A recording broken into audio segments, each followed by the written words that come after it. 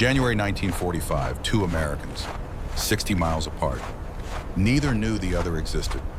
The first was a 19-year-old girl named Sarah Mitchell. She sat on the floor of a fourth-story apartment in Amsterdam, her skeletal hands gripping the polished mahogany leg of her grandmother's piano stool. Her fingers, split open by the cold that seeped through the cardboard covering the window frame, trembled as she positioned the wood against the edge of a broken chair. She took a breath. Her ribs showed through the 3 layers of clothing she wore, all the clothing she owned now. Then she pushed down with what little weight remained on her 82-pound frame. The crack was sharp, violent. It echoed through the frozen silence of the apartment like a gunshot. Sarah stared at the broken piece of wood in her hands. This was not furniture anymore. This was perhaps 10 minutes of warmth, 10 minutes where the shivering in her chest might stop, 10 minutes closer to a death she no longer feared. This was the sound of Amsterdam in the 5th winter of German occupation. The second American was Corporal James Brennan, 22 years old, from the Bronx, New York. At that exact moment, he sat in a muddy foxhole somewhere along the German border, staring at an open can of Army-issue meat and vegetable stew. He took one spoonful, made a face. Then, with practiced disgust, he tossed the half-full can into the mud beside his foxhole. 3 months of this crap, he muttered to no one in particular. Same goddamn stew every single day. I'd kill for my mother's meatloaf. His buddy in the next foxhole over looked at him like he was insane. But Jim Brennan had seen too much death in the past year to care about wasting food. He'd fought his way through Normandy, through the nightmare of Hurtgen Forest, through the frozen hell of the shelled estuary where men drowned in flooded polders and German machine guns cut down entire platoons. He was exhausted. He was terrified. He was sick of war, but he had never not once missed a meal. 60 miles separated these two Americans, 60 miles in 2 completely different wars. Sarah Mitchell was starving to death in silence, burning her family's history piece by piece, just to survive another frozen night. Jim Brennan was so well fed that he could afford to complain about his dinner and throw it away. Neither knew the other existed, but in 4 months their paths would cross in a moment that would change both their lives forever. A moment that would define what it truly means to be American. This is their story. Sarah Mitchell had not always been a walking skeleton burning furniture to survive. She had been a dreamer once. A bright-eyed girl from Boston, Massachusetts who could make a piano sing. Her mother, Anna Mitchell, had recognized the gift early. By age 6, Sarah could play Beethoven. By 12, she was performing at local recitals. By 16, she'd been accepted to the Amsterdam Conservatory on a full scholarship. It was the opportunity of a lifetime, the kind of chance that came once in a generation. Anna, a widow who had lost Sarah's father to a factory accident in 1937, had used every penny of the insurance money to make it happen. She would accompany her daughter to Europe. They would live modestly in a small apartment. Sarah would study under the masters. She would become the concert pianist she was meant to be. September 1939. Mother and daughter stepped off the boat in Amsterdam with 2 suitcases and a dream. The city was magic. Golden light filtered through tall windows. Trams rang their bells along tree-lined canals. Cafes spilled out onto cobblestone streets where people laughed and argued over coffee that smelled like heaven. The conservatory itself was a palace of sound, its practice rooms filled with the thunder of 100 instruments speaking at once. Sarah's audition piece was Chopin's Nocturne in E-flat, Major Opus 9, No. 2. She played it in a room with soaring ceilings and perfect acoustics. The panel of professors sat in silence when she finished. The German professor, a stern man with white hair and wire-rimmed glasses, nodded once. That nod meant everything. Anna squeezed her daughter's hand as they left the audition room. You did it, sweetheart. This is your dream. Don't let anything stop you. Sarah smiled. For the first time in 2 years since her father's death, the world felt full of possibility again. The dream lasted exactly 8 months. May 10, 1940, German bombers appeared over Amsterdam. The invasion was swift and brutal. The Dutch army, outgunned and outnumbered, surrendered after 5 days. By May 15th, the swastika flag flew over the royal palace. Anna and Sarah had planned to leave. They had tickets for a ship back to Boston, but the ports closed before they could reach them. The borders sealed. In the chaos of invasion, 2 American women with the wrong paperwork in the wrong city at the wrong time became prisoners of circumstance. The occupation began quietly. At first, it was almost bearable. There were new rules, yes, curfews, ration cards, Germans in the street, but life continued. Sarah attended her classes. Anna found work cleaning houses for Dutch families. They ate less, but they ate. They survived. The noose tightened slowly. Jews were required to register, then forbidden from certain professions, then forced to wear yellow stars, then rounded up and shipped east to places with names that meant nothing yet. Auschwitz, Sobibor. The words were whispers in the dark.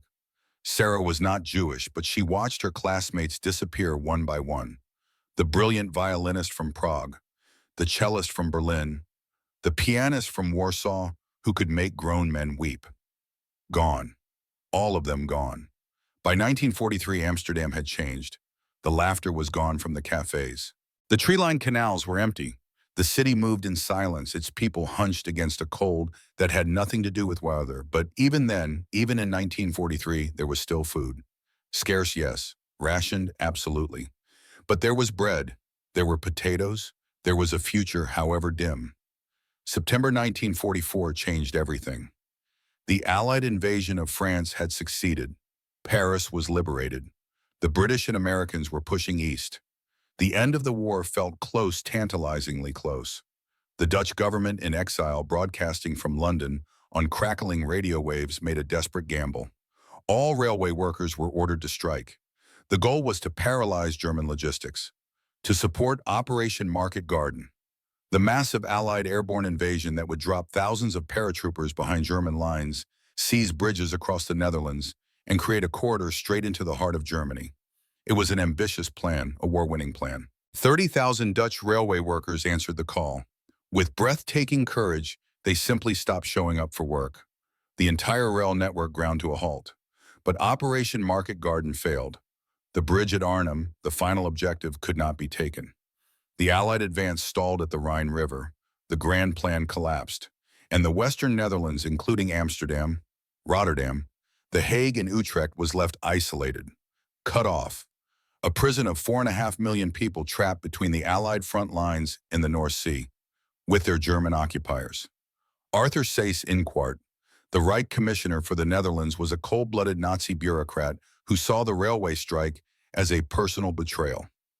His retribution was swift and calculated. He did not use bullets. He used paper.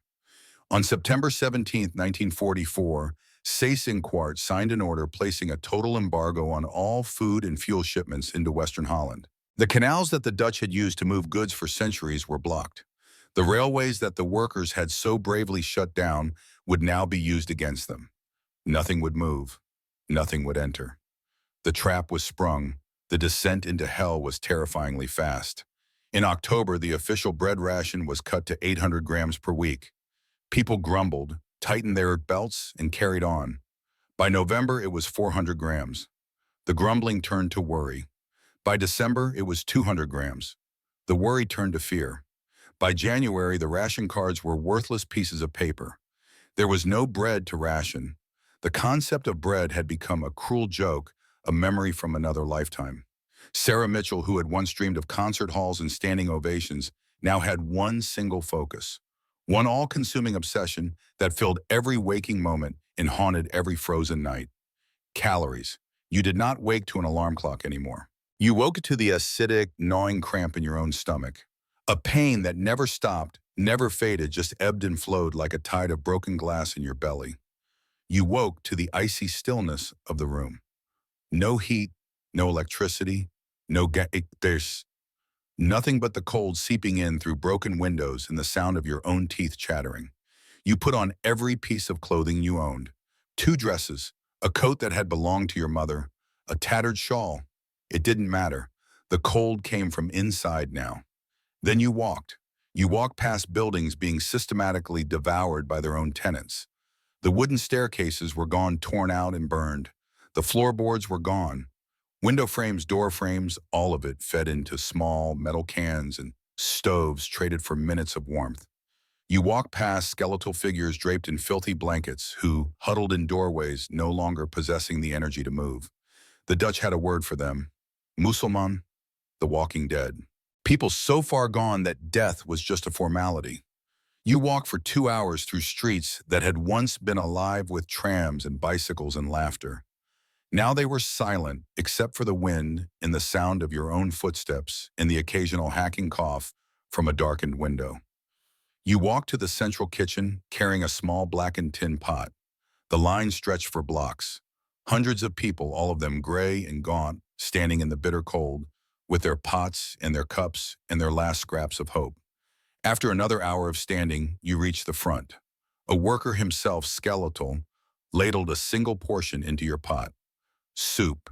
It was made from boiled sugar beets. It was gray, watery. It tasted like chemicals and dirt and desperation.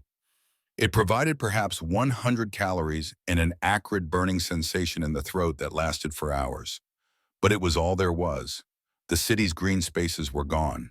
Vondelpark, once a jewel of Amsterdam, with its majestic trees and rolling lawns, had been stripped bare. Every tree, every last one had been felled and sawn and burned. The ornamental gardens were now fields of frozen mud, pockmarked with holes. People dug on their hands and knees, clawing at the earth with bleeding fingers. They were digging for tulip bulbs. Sarah had eaten them. Everyone had eaten them. Mr. Vandenberg, the old professor who lived on the third floor, had taught her the method. You had to boil them for 4 hours, changing the water 3 times to leach out the toxins. Even then, they tasted like chalk mixed with damp earth. They scraped your throat raw and set in your stomach like a stone. But they were 50 calories, maybe 60 if you were lucky, and 50 calories might be one more day of life. The death carts made their rounds every morning. The Leichwagons pulled not by horses anymore, but by men who were paid in extra rations. They collected the bodies of those who had died in the night. The forms were easy to spot under thin blankets. Stick figures that had finally stopped moving. 20,000 people would die before the winter ended. 20,000 souls who could not hold on long enough to see liberation. Sarah Mitchell, clutching her sliver of polished mahogany on that frozen January morning, did not know if she would be one of them. She only knew that the cold was unbearable, and the hunger was worse, and her mother was coughing blood in the next room. And somewhere far away beyond the frozen rivers and the flooded polders, there was a rumor. A whisper passed by those brave enough to listen to forbidden BBC broadcasts on hidden crystal radios. The ones who had failed at Arnhem were gone. In their place, the whisper said, were the Americans. While Sarah Mitchell burned her grandmother's piano stool in a frozen Amsterdam apartment, Jim Brennan sat in German mud and complained about his dinner. He had not always been this way. Cynical, tired, numb to waste. Jim had enlisted in 1943 with dreams of heroism. He was going to fight the Nazis, save Europe, come home to parades and pretty girls and a future that looked like the movies. The reality of war had beaten those dreams out of him in the forests of Normandy. He had landed on Omaha Beach 3 weeks after D-Day. He'd missed the worst of it, but what he saw was bad enough. The sand was still stained dark. The wrecked landing craft still littered the waterline like the skeletons of metal beasts. From there, it was hedgerow country, the bocage, a medieval nightmare of thick brush and narrow lanes where every field was a potential killing ground, and German machine gunners hid behind earthen walls that absorbed bullets like water. Jim learned to keep his head down, to move fast when the order came, to not look too closely at the faces of the men who didn't get up after the mortars stopped falling. After Normandy came Hurtgen Forest, 50,000 American casualties, eyes in a meat grinder battle for a worthless stretch of German woods. Jim's company went in at full strength. They came out with 40% losses. Then the Scheldt. The Scheldt Estuary Campaign was a joint operation with the Canadian First Army. The goal was to clear the approaches to Antwerp, the massive Belgian port that the Allies had captured intact. But the port was useless as long as German forces controlled the estuary. The 50-mile stretch of islands and flooded polders that led from the sea to the port. Jim's division supported the Canadians in some of the worst fighting of the war. The Battle of Walcheren was hell on earth. A narrow causeway 40 yards wide and a mile long connecting the mainland to a fortified island. German paratroopers' elite troops had every inch zeroed in with machine guns and artillery. Jim remembered lying in freezing mud while bullets cracked overhead. He remembered the sound of the MG-42, the Hitler's buzzsaw spitting out 1,200 rounds per minute. He remembered dragging his buddy Davis behind a railway embankment, calling for a medic, watching the light go out of the man's eyes. Davis had been carrying a chocolate bar in his breast pocket. Jim took it, along with the dog tags and a letter Davis had been writing home to his mother in Pennsylvania. Jim finished that letter for him, mailed it with the personal effects. He kept the chocolate bar. He didn't know why. After the shell, Jim's unit was moved to defensive positions along the Maas and Waal rivers, part of a network of flooded islands and muddy fields that stretched across the southern Netherlands. They were the water rats now, living in flooded barns and waterlogged foxholes, staring across no man's land at German positions that stared right back. It was miserable, cold, wet, boring except for the occasional exchange of artillery fire or a patrol gone wrong. But there was always food. The U.S. Army, for all its faults, kept its soldiers fed. Sea rations came like clockwork. Meat and vegetable stew, hardtack biscuits, processed cheese, chocolate bars, cigarettes, coffee. It was bland, repetitive. After 3 months of the same meals, Jim was sick of it. So he threw away half a can of stew and lit a cigarette and thought about home. He had no idea that just 60 miles to the north, millions of people were dying for want of that exact same can of stew he'd just tossed in the mud. He had no idea that his war was about to change in a way he could never have imagined. January 1945. The intelligence briefing started mentioning something new. Dutch resistance fighters were slipping across the lines more frequently now. They came with information about German positions, troop movements, supply routes. Standard stuff. But some of them looked wrong. Jim noticed it first during a routine debriefing. A resistance courier codenamed Peter had crossed from German-held territory with maps and documents. He was maybe 40 years old, but he looked 70. Gaunt, skeletal, hands trembling so violently he could barely hold the papers he carried. The intelligence officer, a lieutenant from Michigan with round glasses and a clipboard, offered Peter a cigarette. Just a casual gesture, the kind of thing you did. Peter stared at the cigarette like it was made of gold. His hand reached out, stopped, trembled. He couldn't take it. His fingers shook too badly to grip anything. The officer frowned. "You okay, buddy?" Peter's voice was hoarse, his English broken by a thick Dutch accent. "I have not eaten in 3 days. Real food, not tulip, not nothing." The room went quiet. Jim, sitting in the corner of the tent cleaning his rifle, looked up.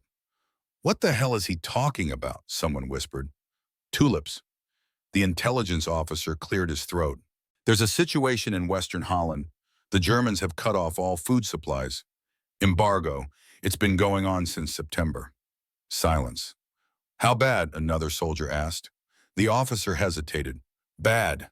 Reports say thousands are dying. Starvation. The Dutch call it the hunger winter." The words hung in the air like smoke. Jim looked down at the half-eaten chocolate bar on the crate beside him, the one he'd been saving for later. The one from Davis. For the first time in months, he didn't feel hungry. 2 days later, Jim's patrol found something floating in the Waal River. It was a small wooden boat, handmade, crude, the kind of thing someone might cobble together from scrap lumber in a desperate attempt to cross a heavily patrolled waterway. Inside were 3 bodies, 2 women, 1 child. They were frozen solid, curled against each other like they'd been trying to stay warm. Their faces were peaceful, like they'd fallen asleep and simply never woken up. The medic checked them over as a formality. "They didn't drown," he said quietly. "They froze. And look at this." He gestured to the bodies. They were skeletal, emaciated. The women couldn't have weighed more than 70 pounds each. The child maybe 30.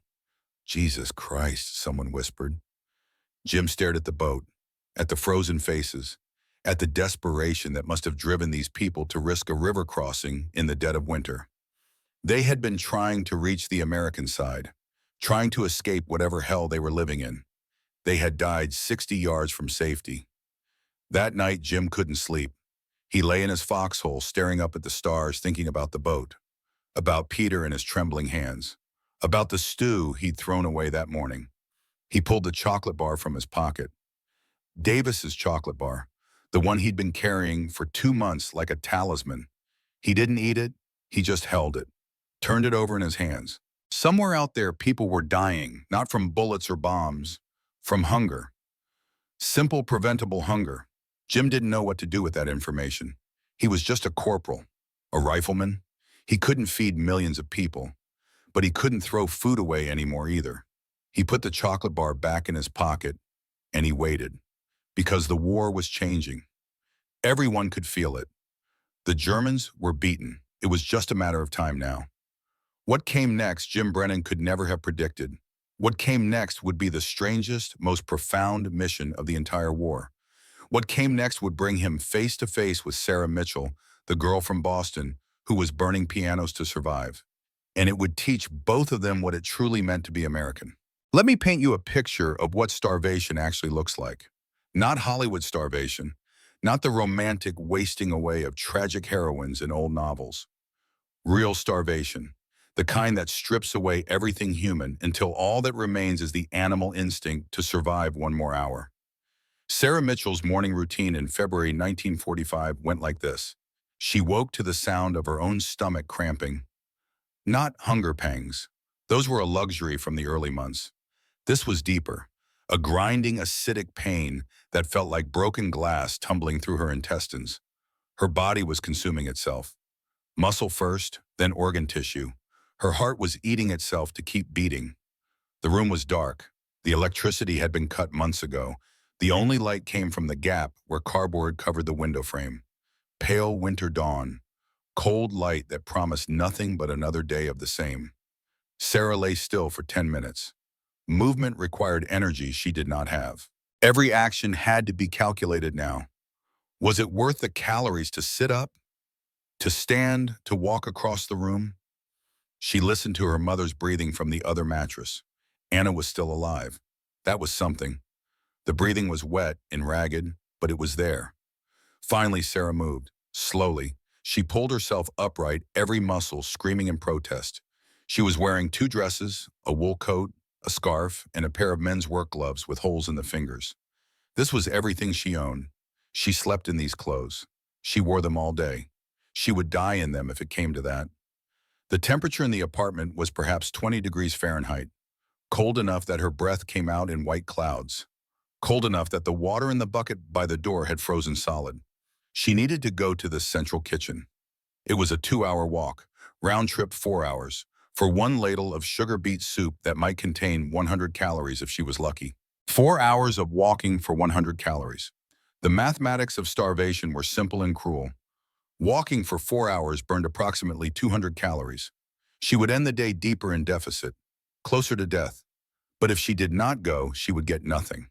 And nothing meant death arrived faster. So she went. The streets of Amsterdam in February 1945 looked like something from a fever dream.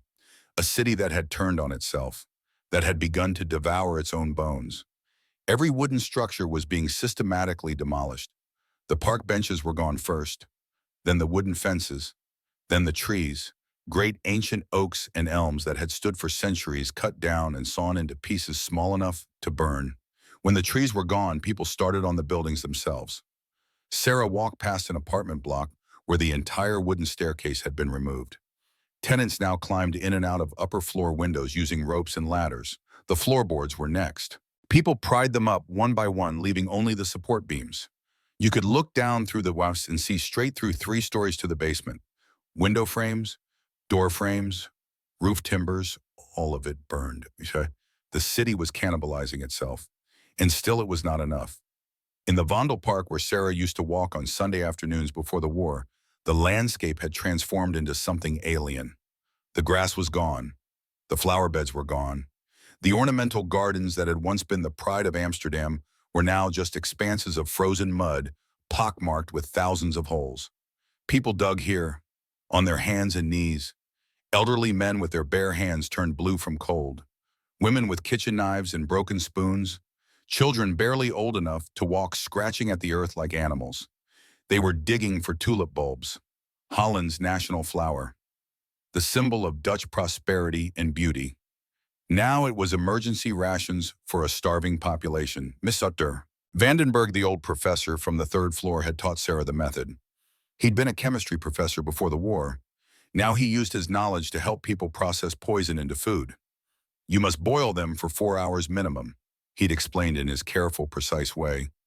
Change the water every hour. The bulbs contain glycosides, toxic alkaloids. They will make you violently ill if not properly prepared. Even then, they will irritate your throat and stomach. But they provide calories, perhaps 50 per bulb. Sarah had tried them once. They tasted like bitter chalk mixed with dirt. The texture was wrong, slimy and fibrous at the same time. They burned going down and sat in her stomach like a rock for hours afterward. But she'd kept them down, and she'd woken up the next morning. So she dug for more when she had the strength. The central kitchen was in a converted warehouse near the port, or what used to be the port. The canals were frozen solid now. The famous Amsterdam waterways that had made the city wealthy for centuries were now just highways of ice and snow. The line for food stretched 3 city blocks. Sarah took her place at the back. She recognized some of the faces. Mrs. DeVries, who used to run the bakery on the corner. She'd lost her husband in November. The tall man with the limp who sold newspapers before the war. His name escaped her. Memory was getting difficult.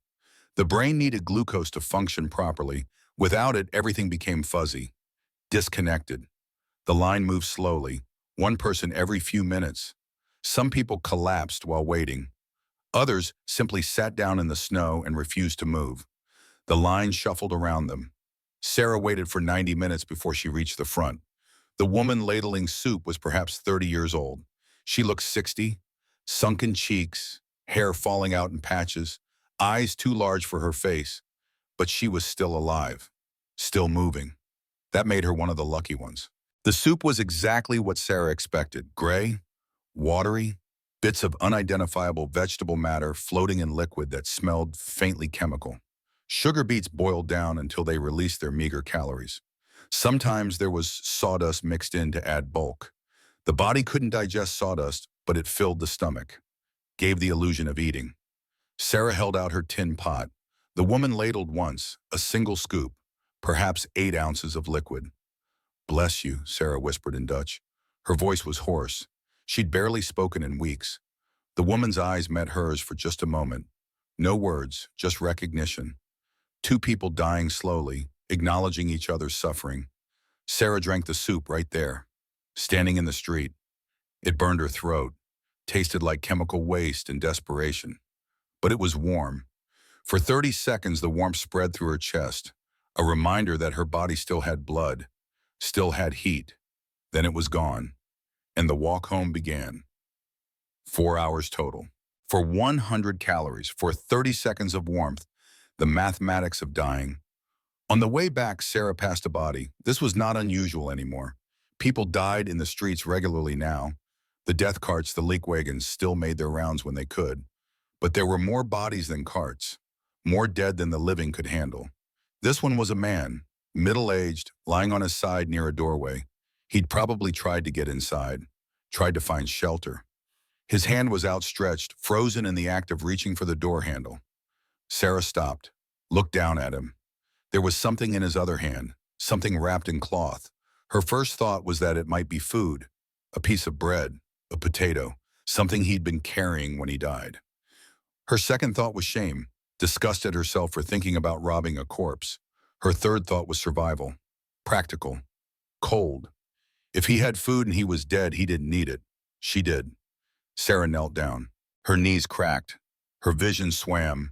She was lightheaded from the walk, from malnutrition, from everything. She reached out, touched the cloth in the dead man's hand. It wasn't food.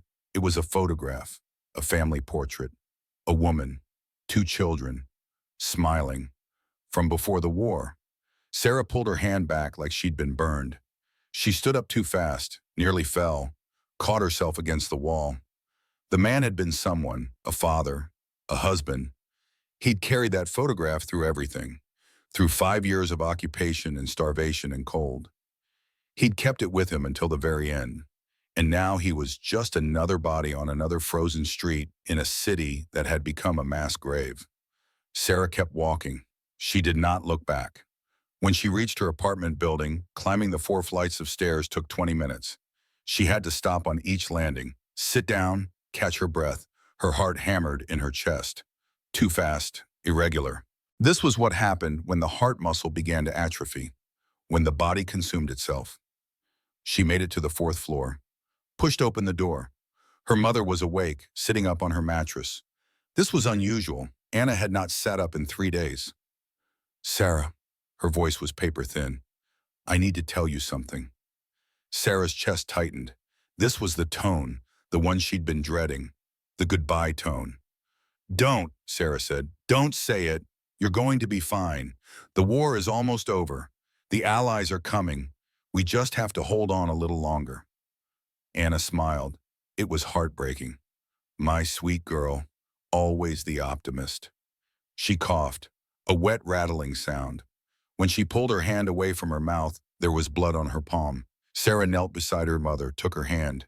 It was cold, so cold. "I need you to promise me something," Anna said. "Anything. Promise me you'll keep playing after this, after the war. Promise me you'll go back to the piano." Sarah's throat closed. She couldn't speak. "That's why we came here," Anna continued. Her breathing was labored. Each word cost her.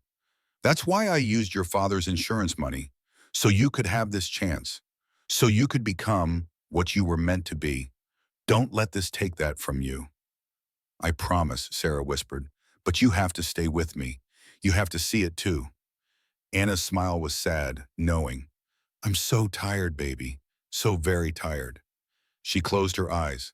For a terrible moment, Sarah thought it was over, that her mother had just died mid-sentence, that this was how it ended. But Anna's chest rose, fell, rose again. She was just sleeping. Sarah sat there for hours, holding her mother's hand, watching her breathe, counting each breath like a prayer. March came, the last month of winter, the cruelest month. The central kitchens began to close, one by one. They'd run out of sugar beets, run out of rotted potatoes, run out of sawdust and chalk and whatever else they'd been using to create the illusion of food. The official ration, which had been meaningless for months, was formally reduced to zero. Not metaphorically zero, actually zero. The ration cards that people had guarded with their lives became worthless scraps of paper. The city's infrastructure collapsed completely. The water pressure failed. The canals frozen solid became open sewers.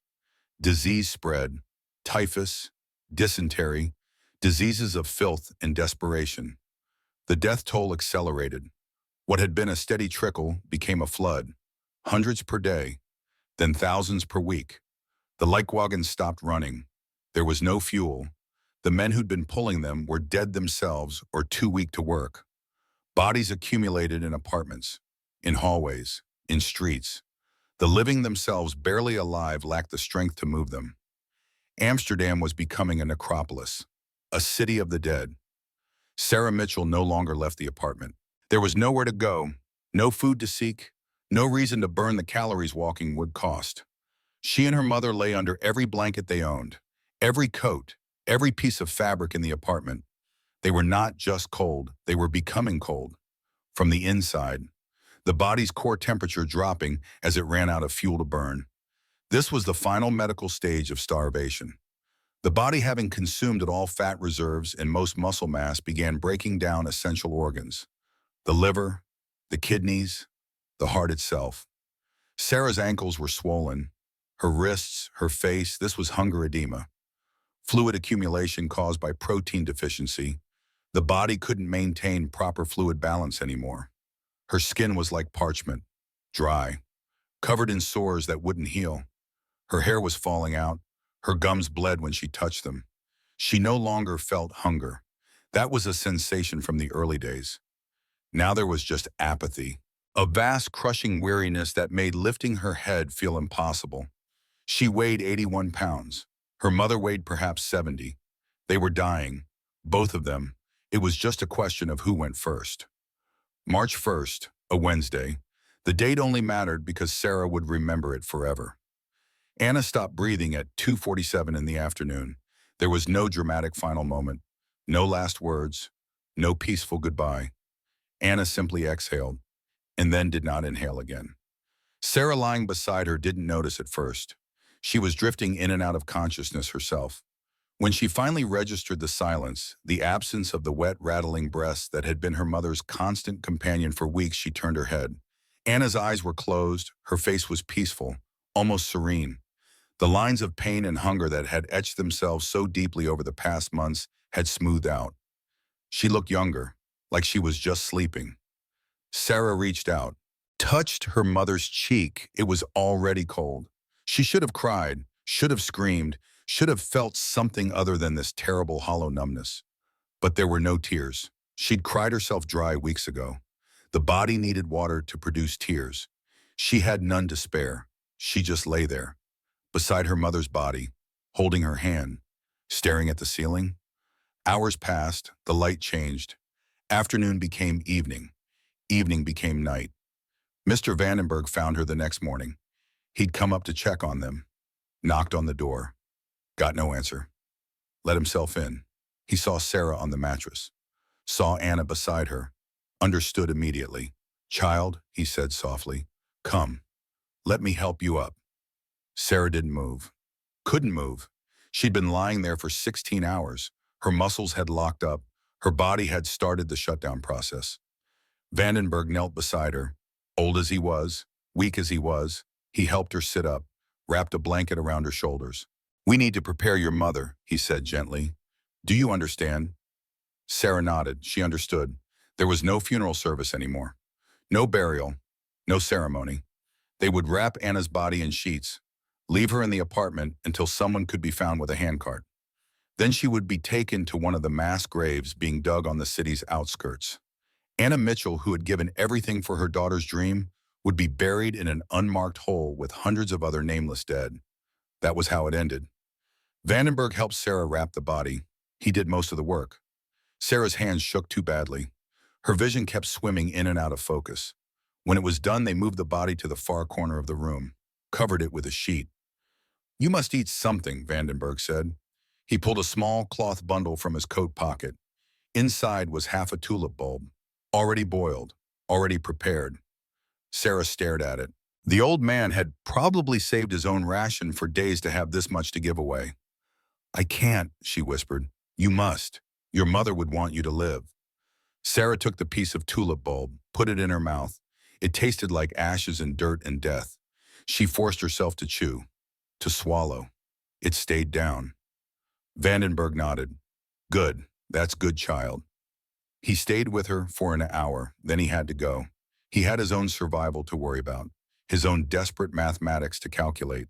Sarah was alone, alone in a fourth-floor apartment with her mother's body in the corner and no reason left to keep fighting. She did not leave the bed for 3 days. On the third day, she heard something, a sound that didn't fit the silence of the dying city. Aircraft engines, hundreds of them.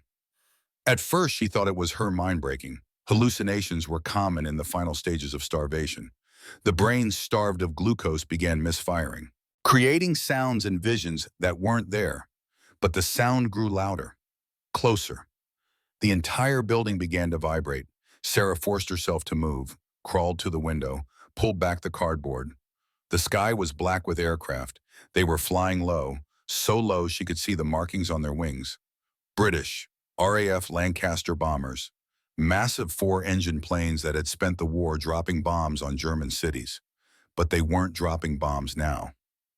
The bomb bay doors opened, and instead of explosives, burlap sacks tumbled out. Thousands of them, tens of thousands, falling like snow across the city. Each sack was marked with a white cross and a single word: food. Sarah stared. Her mind couldn't process what she was seeing. It had to be a hallucination, a dream, the final vision before death. But the sound was real. The vibration was real. And through the broken window, she could hear something else. Something that had been absent from Amsterdam for months. Screaming, crying, laughing. People were running in the streets. People who hadn't run in months were moving, crawling from their homes, weeping, shouting, scrambling toward the drop zones. Operation Mana had begun. The British and American Air Forces, in coordination with German commanders who knew the war was lost, had negotiated a truce. For 3 days, Allied bombers would drop food supplies over Western Holland. No combat, no shooting, just food falling from the sky. It was a miracle. Sarah watched from her window as the city came alive. as people who'd been dead in all but name suddenly found the strength to move, to hope.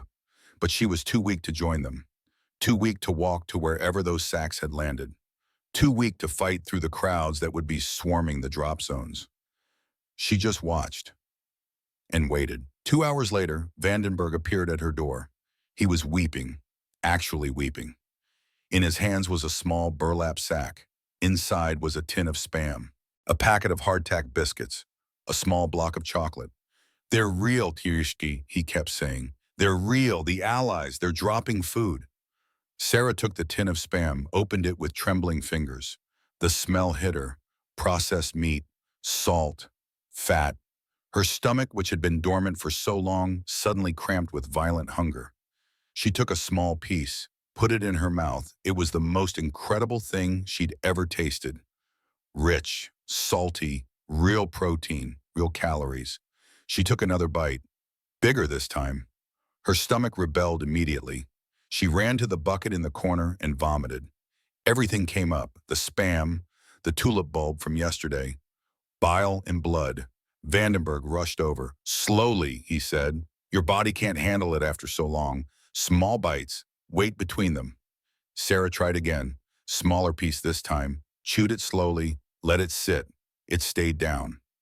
Over the next hour, she ate perhaps 1 ounce of Spam, one biscuit broken into tiny pieces, a square of chocolate the size of her thumbnail. It was the most food she'd had in months.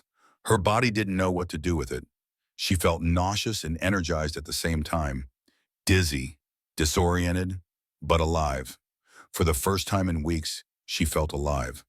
The next 3 days were chaos. The airdrops continued, more Lancaster bombers, more food raining from the sky. The city went mad with relief and joy and desperate hunger all at once. But reality set in quickly. The food was piling up at the drop zones, but distribution was chaotic. German troops still controlled the roads. The Dutch resistance, weakened and disorganized, couldn't move supplies efficiently, and people were too weak to walk long distances to the collection points. The inner city neighborhoods where Sarah lived received almost nothing. The drops had landed in open areas, parks, airfields, racetracks, miles away. Sarah got her 1 tin of Spam because Vandenberg had somehow made it to a drop zone and back. But he was elderly and weak himself. He couldn't make that journey again. Others weren't so lucky. People gorged themselves on the drop in food and died from refeeding syndrome. Their shrunken stomachs couldn't handle real food after months of starvation. They ate too much too fast. Their hearts stopped. Their organs failed. The miracle from the sky saved thousands, but it killed hundreds. And for most people in Amsterdam, it was just a tease, just enough to show them what they were missing, not enough to actually save them. Sarah lay in her bed, staring at the ceiling, listening to the sounds of celebration mixing with the sounds of death. She'd managed to keep down perhaps 300 calories total from the Spam and biscuit. Her mother's body still lay in the corner, wrapped in sheets. She was alive. Barely. But for how long? The airdrops were temporary, a stopgap measure. What Amsterdam needed wasn't food from the sky. It needed supply lines on the ground. It needed trucks, organization, system. It needed boots on the ground. And those boots were coming. Sarah didn't know it yet. But 60 miles south, the U.S. Army was preparing for the strangest mission in the history of warfare. They were preparing to feed the enemy. Jim Brennan sat in a briefing tent listening to an operation that sounded completely insane. Lieutenant Hayes stood at the front, pointing to a map of Western Holland. "Listen up, men. This is Operation Chowhound. The Germans have agreed to a ceasefire in Western Holland. 4.5 million Dutch civilians are trapped and starving. We're going to drive convoys of food through German lines, under white flags. No combat." The tent erupted in confused murmurs. "Sir," someone called out, "we're driving through German checkpoints, the same Germans who've been shooting at us for a year." "Affirmative. The war's nearly over. The German commander knows it. He's agreed to let us through. And if he changes his mind," Hayes paused, "then we'll be sitting ducks. But intelligence says he won't. He wants to avoid a bloodbath. So do we." Jim sat silent. He thought about the frozen boat, the resistance fighter who couldn't hold a cigarette, the reports of mass starvation he'd been hearing for months. This was it. This was the chance to do something about it. After the briefing, Jim found his buddy Danny Costa, the truck driver from California. "You thinking what I'm thinking?" Danny asked. "That this is the craziest thing we've been asked to do." "Yeah, crazier than Normandy. At least there we could shoot back." Jim pulled out the chocolate bar from his pocket. Davis's chocolate bar, the one he'd been carrying since Walcheren. "I'm bringing this," he said, "and whatever else I can carry." Danny looked at him. "You know the orders. No direct distribution to civilians. Everything goes through Dutch resistance depots." "I know the orders." They looked at each other, and understanding passed between them. Orders were orders, but some things were more important. The convoy assembled on May 2nd, 200 trucks, 6,000 pounds of food per vehicle, compo rations, flour, canned meat, dried milk, chocolate bars by the thousands. Jim rode shotgun in Danny's truck. His rifle was loaded but slung across his back. He had a white flag mounted on the hood. This was really happening. They were about to drive into enemy territory, not to fight, to feed. The convoy rolled forward, past American checkpoints, into no man's land, toward the German positions. Jim's hand rested on the chocolate bar in his pocket. He had no idea that in a frozen Amsterdam apartment, a girl named Sarah Mitchell was lying on a mattress waiting to die. He had no idea that in a few days their paths would cross, and that moment would change both their lives forever. The mathematics of war were about to become the mathematics of mercy, and nothing would ever be the same. The German checkpoint appeared through the morning mist like something from a nightmare. Danny Costa's hands were white-knuckled on the steering wheel. Jim Brennan sat rigid in the passenger seat, eyes fixed on the sandbag machine gun nest 50 yards ahead. The barrel of the MG-42 was pointed directly at their windshield. Behind them, 199 other trucks waited. 200 vehicles loaded with food crawling at 5 miles per hour toward enemy positions. This was the most vulnerable Jim had felt since Normandy. At least on the beaches, he'd had a rifle in his hands and permission to shoot back. Now he had a white flag and orders not to provoke. The truck rolled through no man's land. 200 yards of cratered earth and dead trees. Land that had been fought over, shelled, flooded, and abandoned. The border between two armies. Between war and whatever came after. A German sentry stepped into the road. He wore the Feldgrau uniform of the Wehrmacht. A stick grenade hung from his belt. His face was gray with exhaustion. He held up one hand. Danny brought the truck to a stop. The engine idled. The sound was deafening in the silence. Behind the sentry, Jim could see more German soldiers, maybe 20 of them, all armed, all watching. An SS officer stood near the machine gun nest, Unterscharführer rank, young, maybe 25. His uniform was still crisp, his eyes were hard. The sentry walked to the driver's side window. Danny rolled it down. Cold air rushed in. For 10 seconds, nobody spoke. The German looked at Danny, at Jim, at the white flag on the hood, at the loaded truck behind them, stretching back in a line that disappeared into the distance. Finally, he spoke. "American." Danny's voice came out as a croak. "Yes." The sentry nodded slowly. He walked around to the back of the truck, lifted the canvas flap. Jim could hear him moving boxes, checking the cargo. The SS officer approached. He moved with the casual confidence of someone who still believed he had authority. He looked at Jim through the passenger window. Their eyes met. Jim saw something in that gaze. Not hatred, not defiance, just bone-deep weariness. The look of a man who knew the war was over and was just going through the motions. The officer spoke in accented but clear English. "You bring food for the Dutch?" Jim nodded. "Yes." A long pause. Wind whistled through the broken trees. Somewhere in the distance, a crow called. The officer's expression shifted. Something that might have been bitterness, might have been shame. "Then you are more merciful than we were." He stepped back, raised one hand, waved the convoy forward. "Go." Danny's foot hit the accelerator before Jim could process what had just happened. The truck lurched forward.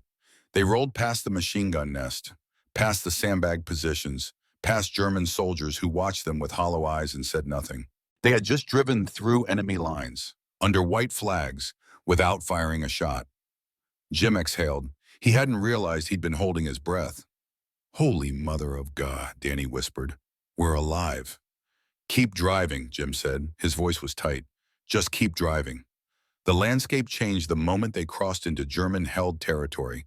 It was like driving from one world into another. The Allied side had been war-damaged, but alive. Buildings with broken windows, but intact walls.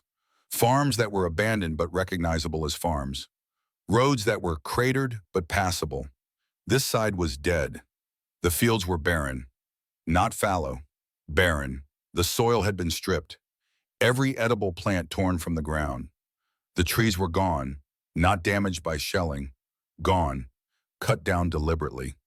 The stumps sat like tombstones in the frozen earth. The houses they passed were shells, not from bombing, from systematic dismantling. Doors missing, window frames gone, wooden siding torn away. People had burned their own homes to survive. Jesus Christ, Danny said.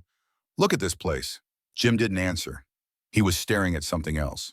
The people. They were appearing from the buildings, from cellars, from holes in the ground, lining the road, standing in silent rows as the convoy passed. And they looked like nothing Jim had ever seen. Skeletons. That was the only word that fit. Walking skeletons draped in rags that might have been clothing once. Faces that were just skin stretched over skulls. Eyes that were too large, too dark, staring with an intensity that was inhuman. A woman stood beside a milestone marker. She might have been 30. She looked 70. Her hair was gone. Her scalp showed through in patches. She wore what looked like 5 coats, all of them, hanging off her frame like she was a scarecrow. In her arms, she held a child, a toddler, maybe 2 years old. The child's head was swollen, grotesquely large compared to its stick-thin body. The limbs were like spider legs, the belly distended, kwashiorkor. Jim had seen pictures in training, protein deficiency starvation, the kind that happened in concentration camps. The woman just stood there, watching the truck, no expression, no hope, just a flat, dead stare. Jim's chest tightened. His hand moved before his brain could stop it. He reached for his musette bag, fumbled inside. His fingers found the chocolate bar.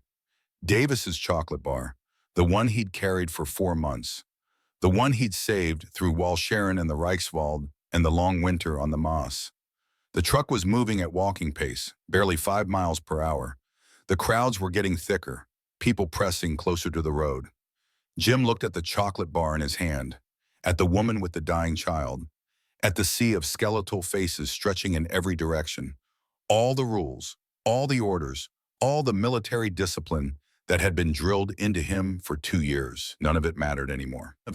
He leaned across Danny, cranked the passenger window down. Cold air hit his face. Jim, Danny said, we're not supposed to. I know. Jim threw the chocolate bar. It was a bad throw. Underhand, awkward. The bar tumbled through the air and landed in the dirt 3 feet from the woman. She flinched, like she'd been struck. Her head jerked down. She stared at the brown and silver wrapper lying in the frozen mud. Jim's truck rolled past. He twisted in his seat, watched through the back window. The woman stood frozen for 3 seconds.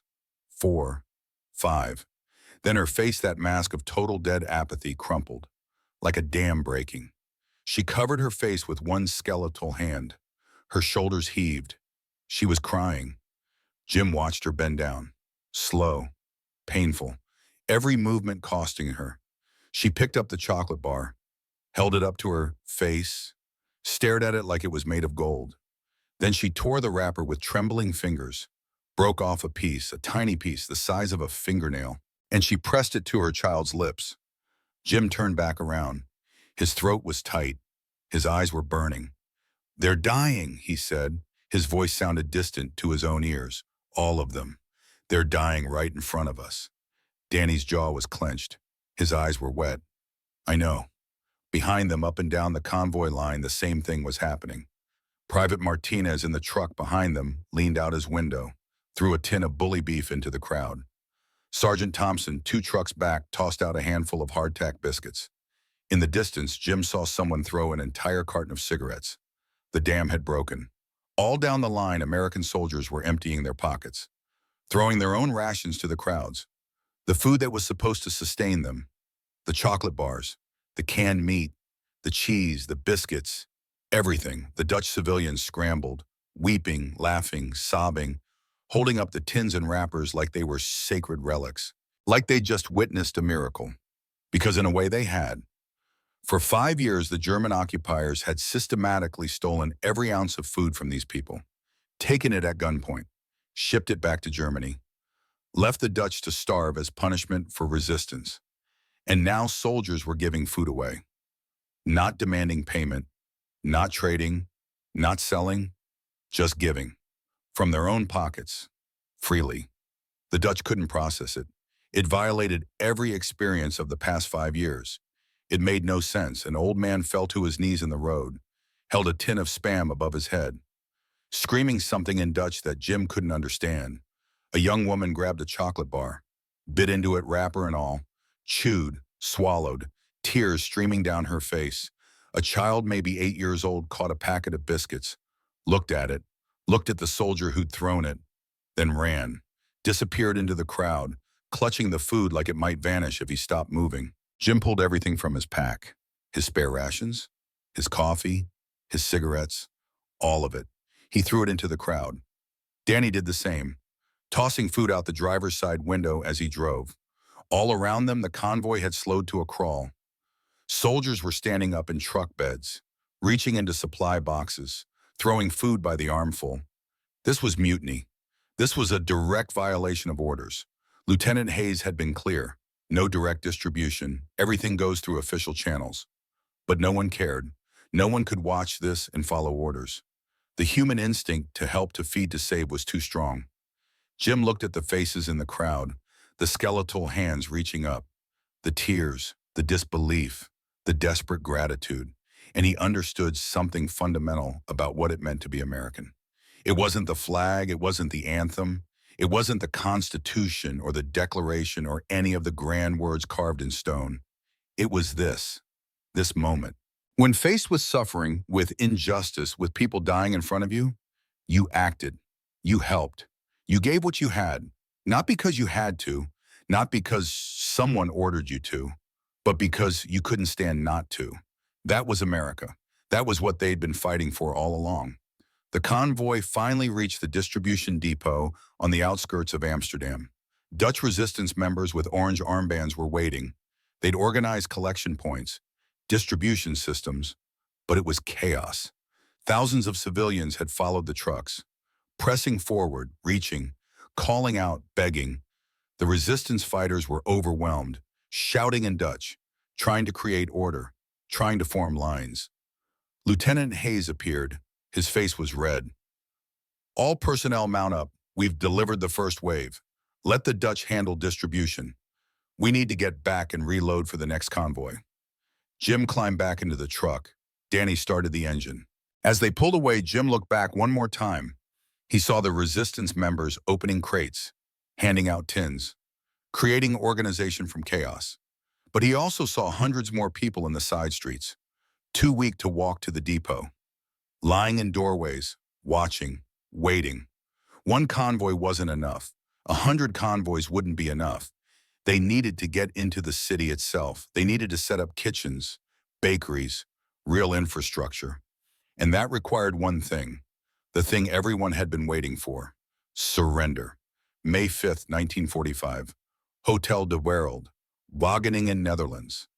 General Johannes Blaskowitz sat at a table covered with a simple army blanket. His uniform was immaculate. His face was rigid, professional. He would show no emotion. Across from him sat Lieutenant General Charles Foulkes, commander of the 1st Canadian Corps. The American liaison officers stood behind him. The terms of surrender were read aloud in English and German. Total, unconditional. All German forces in Fortress Holland would lay down their arms, effective immediately. 250,000 German soldiers. Done, over. Blaskowitz took the pen. His hand was steady. He signed his name, clicked his heels, gave a short, stiff bow. He walked out without looking back. The war in the Netherlands was over. The news spread like electricity. BBC broadcasts, resistance radios, word of mouth. Within hours, every person in Amsterdam knew. But the German troops were still there, still in their positions, still armed. Their authority had evaporated, but their physical presence remained. They were ghosts waiting to be collected. The Dutch waited, barely breathing, not quite believing, not yet. For 48 hours, Amsterdam existed in suspended animation, waiting for the Americans to arrive. Sarah Mitchell heard the news from Mr. Vandenberg. He'd climbed the 4 flights to her apartment, burst in with his illegal radio still in his hands. Sarah child, they've surrendered. The Germans, it's over. The Americans are coming. Sarah lay on her mattress. She'd managed to keep down perhaps 200 calories from the spam over the past week. Her mother's body had finally been taken away 3 days ago. The apartment felt impossibly empty. How long? Her voice was barely a whisper. Days, maybe hours. You must hold on. Sarah closed her eyes, holding on. She'd been holding on for so long. She wasn't sure she remembered how to do anything else. May 7th, 1945, Amsterdam. The sound started as a distant rumble. Sarah heard it from her mattress. At first, she thought it was thunder, or her imagination. Her mind had been playing tricks lately. Hallucinations were common, but the sound grew. Louder. Closer. Not thunder. Engines. Hundreds of engines. She forced herself to move, crawled to the window, looked out. The street below was exploding with color. Orange everywhere, the color that had been forbidden for 5 years. The color of the Dutch royal house. Flags appeared from every window, draped from balconies, hung from lampposts. Orange banners that had been hidden in false walls and under floorboards. Saved. Preserved. Waiting for this moment. The Dutch flags, red, white, and blue, waved beside them. And the people. The skeletal, dying people of Amsterdam. They were in the streets, moving, running, some crawling, but moving. The sound grew to a roar. Then the first vehicles appeared. American trucks, jeeps, half-tracks, Sherman tanks, an entire division rolling into the city. The crowd swarmed them, climbing onto the tanks, onto the trucks, covering every vehicle in a tide of orange and humanity. Sarah watched from her window. She was too weak to go down, too weak to join them. But she could see. She could see the American soldiers, their faces a mixture of confusion and overwhelming emotion. She could see Dutch civilians kissing them, hugging them, lifting them into the air, stuffing flowers into rifle barrels and helmet netting. She could see grown men, hardened combat veterans, weeping openly as grandmothers stroked their hair and children grabbed their hands. This was liberation. This was what it looked like when hope returned. Sarah's eyes filled with tears. For the first time since her mother died, she cried. Real tears, not from pain or hunger or grief, from relief, from joy, from the simple, overwhelming fact that she might actually live. Jim Brennan's truck was stuck in Dam Square. It hadn't moved more than 10 feet in 20 minutes.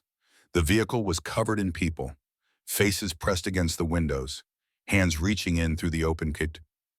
Everyone trying to touch the Americans, to thank them, to confirm they were real. Danny had given up trying to drive. He just sat there grinning like an idiot as an elderly woman kissed him on both cheeks and left lipstick marks. Jim climbed onto the flatbed of the truck. The crowd roared.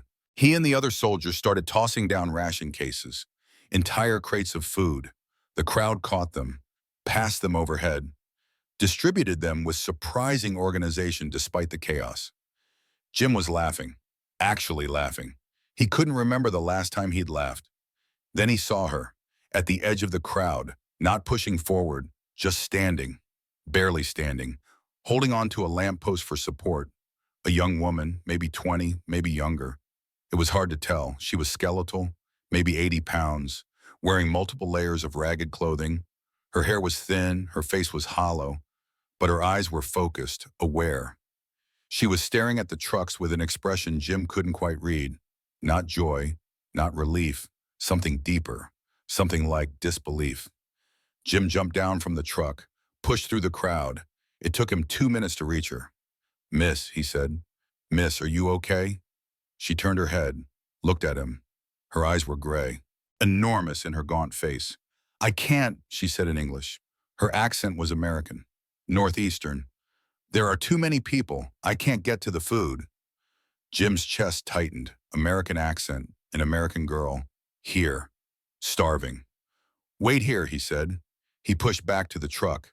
grabbed a complete ration pack, 24-hour compo, the full meal kit, plus his canteen. He returned, pressed them into her hands. Here, this is for you. You don't have to fight for it. You don't have to pay, it's yours. She stared at the ration pack, at the canteen, like they were alien objects. I'm American too, she whispered. Jim felt like he'd been punched. What?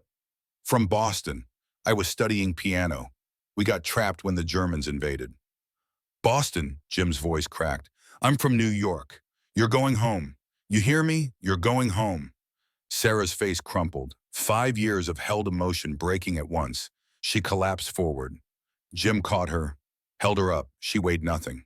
Like holding a bird, she was crying, deep racking sobs that shook her whole frame. Danny, Jim shouted over his shoulder. Medic, I need a medic here. A corpsman pushed through the crowd, took one look at Sarah. We need to get her to the field hospital now. They loaded her into a jeep. Jim stayed with her, held her hand as they drove through streets packed with celebrating crowds. What's your name? He asked. Sarah, she managed between sobs. Sarah Mitchell. I'm Jim, Jim Brennan. You're going to be okay, Sarah, I promise. You're going to be okay. She squeezed his hand. Her grip was weak, but there. My mother didn't make it. She died 3 weeks ago. Jim's throat closed.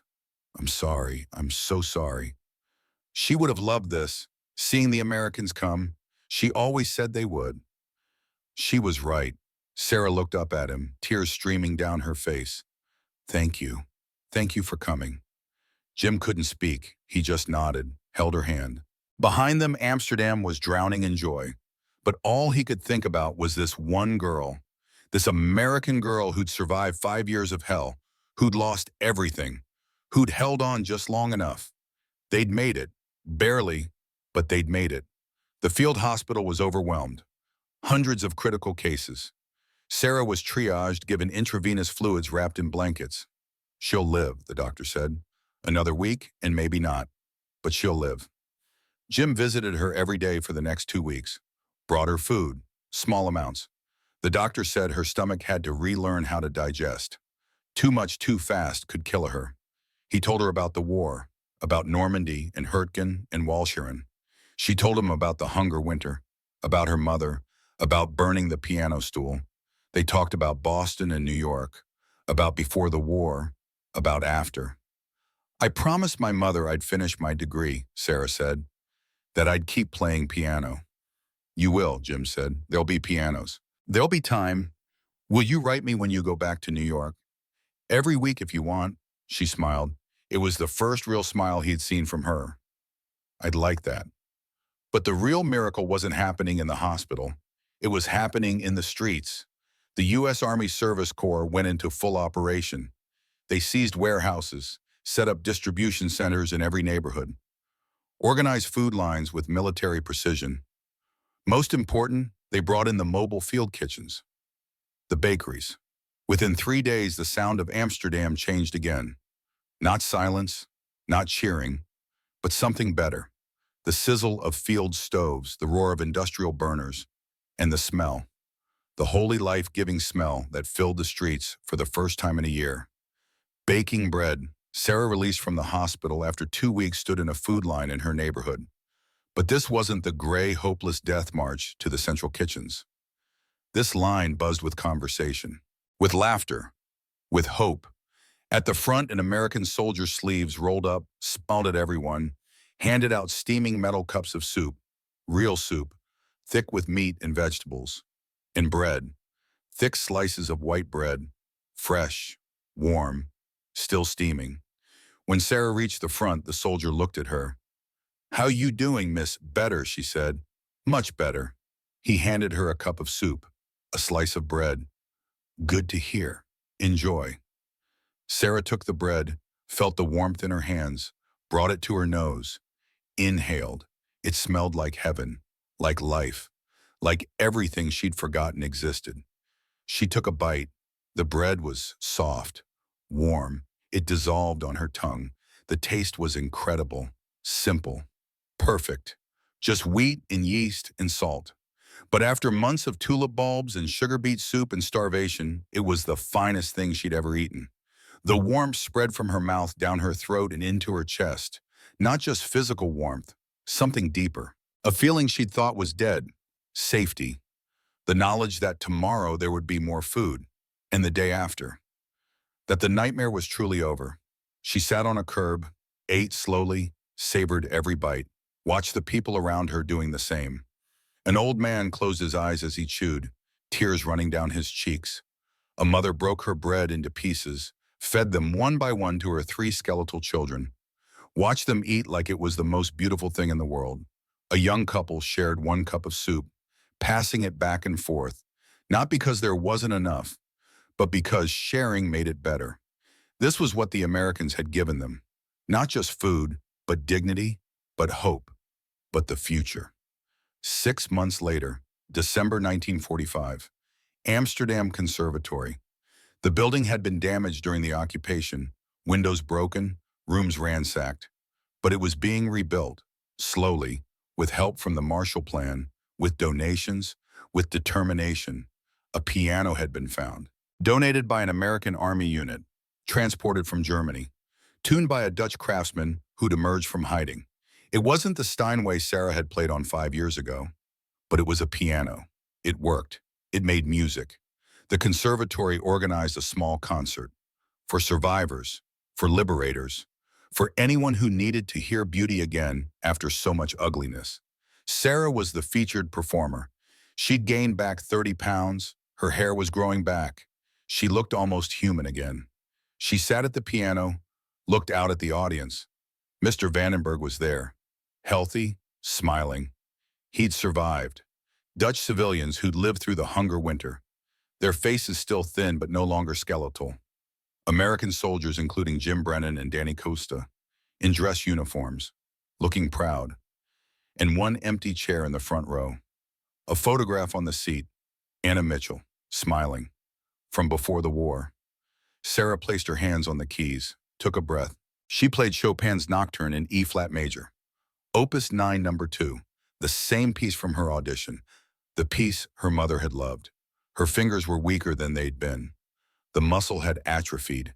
She missed a few notes. The tempo wasn't perfect. But she played with feeling, with emotion, with gratitude for every note, for every breath, for every moment she was still alive to play. The music filled the hall, soft, melancholic, beautiful. When she finished, there was silence, then thunderous applause. Jim was crying. He didn't care who saw. This was why they'd fought. This was what victory looked like. Not captured territory, not signed documents, but a girl playing piano, making beauty in a world that had tried to destroy it. After the concert, Jim walked Sarah home. The streets were decorated for Christmas. Lights were on for the first time in years. Shops were opening. Life was returning. "You did it," Jim said. "You kept your promise to your mother." "We both did," Sarah said. "You came, you saved us." "I didn't save anyone, I just drove a truck." Sarah stopped walking, looked at him. "You gave me chocolate when I'd given up, when I was too weak to get to the food drops. You saw me and you helped. You didn't have to, but you did. That's everything." Jim didn't know what to say. He'd thrown a chocolate bar out a truck window. It had seemed like nothing at the time, but for Sarah, it had been the difference between life and death. "Are you going back?" Sarah asked. "To America. Shipping out next month." "Me too, eventually. I want to finish my degree here first. My mother wanted me to graduate." "She'd be proud. You survived. You're playing again." They reached Sarah's building, the one where she'd burned her grandmother's piano stool, where her mother had died. The building had been repaired, windows replaced, heat restored. "Jim," Sarah said, "thank you for believing I'd make it, for everything. Thank you for holding on, for being here." They shook hands, formal, proper. This was 1945, but the look in their eyes said more than any words could. Jim walked back to his barracks, looked up at the stars, the same stars that had been overhead during Normandy, during Hurtgen, during Walcheren. But the war was over. They'd won. Not just the military victory, but the peace that came after, the mercy that made victory mean something. He thought about Sarah, about the woman with the dying child, about the thousands of Dutch civilians who'd lined the roads weeping with gratitude, about what it meant to be American.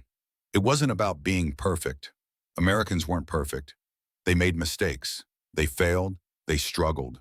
But when it mattered, when people were dying, when cruelty needed to be answered, Americans acted. They helped. They gave. They sacrificed. Not because they were ordered to, but because they couldn't stand not to. That was the America Jim believed in. The America worth fighting for. 60 years later, Sarah Mitchell sat in her Boston apartment. She was 89 years old, a retired concert pianist, a teacher, a survivor. On her wall hung a framed photograph. Young Sarah and Jim, 1945, standing in front of the Amsterdam Conservatory, smiling. Beside it in a small frame was a chocolate bar wrapper, faded, creased, the paper brittle with age. She looked at it every day. This piece of foil and paper that had saved her life. People asked her about the war sometimes, about the hunger winter, about what liberation felt like. She always told them the same thing. Liberation wasn't just the moment the Americans arrived. It was what they chose to do when they got there. They could have driven through, delivered the food to depots and left. That was the order.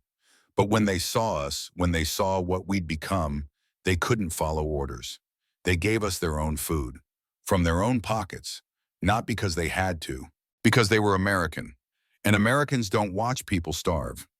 She'd kept in touch with Jim for 50 years, letters, phone calls, visits when they could manage.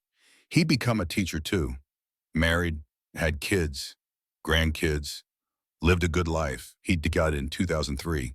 Heart attack, quick, painless. At his funeral, Sarah told the story of the chocolate bar, of the convoy through German lines, of the moment a soldier from the Bronx saw a girl from Boston and threw her a lifeline. He saved my life, she said, but more than that, he showed me what America means. It's not the flag or the anthem or the territory. It's the choice to help when you don't have to give when you could keep, to see suffering and say, not on my watch. That's America. That's what Jim was. That's what the men who liberated Holland were. The hunger winter claimed 20,000 lives. Sarah's mother was one of them. But Operation Chowhound and the liberation that followed saved 4.5 million. 5.2 million tons of food delivered. 0 American casualties during humanitarian operations. A miracle of mercy in a war defined by cruelty. Sarah Mitchell lived to be 93. She taught piano until she was 90. She told her story to schools, to documentaries, to anyone who would listen. Because some stories need to be remembered. Some moments define what a country truly is. When the war was won, when victory was assured, American soldiers looked at starving strangers and said, we can help. We will help. Not because it was strategic, not because it benefited them, but because it was the right thing to do. That chocolate bar Jim threw from his truck, that bread Sarah ate in a food line, those are the symbols that matter. Not the bombs that won the war, but the bread that won the peace. Not the bullets that defeated the enemy, but the kindness that saved the innocent. That's America at its best. That's the country worth believing in. And that's a story worth telling. Today, tomorrow, forever. Because the next time someone asks what makes America great, you can tell them this. In 1945, when a nation was starving, Americans brought bread instead of bombs. They brought kindness instead of conquest. They brought hope instead of hate. And they did it not because they had to, but because they were American. And Americans don't watch people starve. Not then, not ever.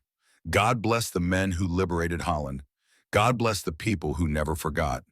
And God bless America.